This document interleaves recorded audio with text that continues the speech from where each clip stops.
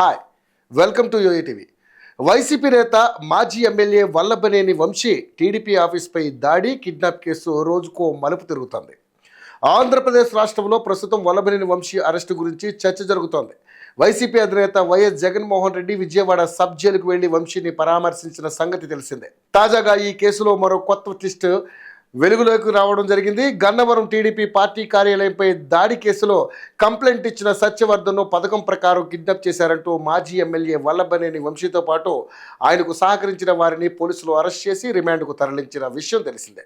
ప్రస్తుతం విజయవాడ సబ్ జైల్లో వంశీ రిమాండ్ ఖైదీగా ఉన్నారు. గన్నవరం టీడీపీ కార్యాలయంపై దాడితో పాటు అప్పట్లో టీడీపీ కార్యాలయంలో కంప్యూటర్ ఆపరేటర్గా పనిచేసిన సత్యవర్ధన్ను కులం పేరుతో దూషించారని కేసు కూడా నమోదు చేయడం జరిగింది.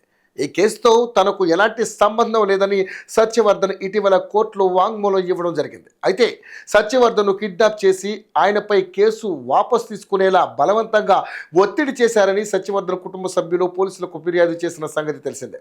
ఈ కేసులోనే వంశీ, అతని అనుచరులు అరెస్టు కాగా సత్యవర్ధన్తో మెజిస్ట్రేటుకు మరో వాంగ్మూలం ఇప్పించారు. ఈ కేసుపై చర్చ జరుగుతుండగానే సత్యవర్ధన్ను నిందితుడిగా చేర్చుతూ పోలీసులు మరో కేసు నమోదు చేయడం తాజాగా సంచలనంగా మారింది. ప్రధాన సాక్షిగా ఉన్న మధునూరి సత్యవర్ధన్ డబ్బులకు అమ్ముడుపోయి వైసీపీ నాయకులు చెప్పినట్లుగా విన్నాడని, సత్యవర్ధన్ తన ఇచ్చిన కేసును వాపసు తీసుకున్నాడనే వార్త ఒకటి బయటకు రావడం గమనార్హం.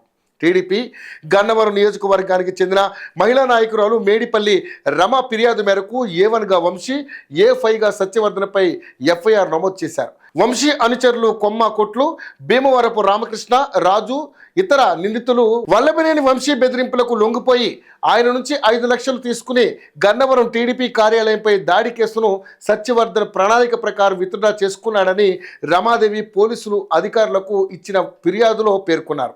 కేసు వాపసు తీసుకుంటే 5 లక్షలు ఇస్తామని వంశీతో పాటు ఆయన అనుచరులు చెబుతున్నారని, తెలుగుదేశం నేతలతో సంప్రదింపులు జరిపి అంతకంటే ఎక్కువ మొత్తం డబ్బు వచ్చేలా తనకు సహకరించాలని వేడుకున్నట్లుగా సత్యవర్ధన్ తనను కోరినట్లు రమాదేవి ఆ ఫిర్యాదులో తెలిపారు. వంశీ బెదిరింపులకు భయపడి ప్రలోభాలకు గురి కావద్దని, వారి మాటల్ని నమ్మొద్దని పార్టీ నేతలతో మాట్లాడి ఆదుకుంటామని, అండగా ఉంటామని చెప్పినా సత్యవర్ధన్ పట్టించుకోలేదని, నా మాట వినలేదని కేసు వాపసు తీసుకున్నాడని ఆరోపించారు.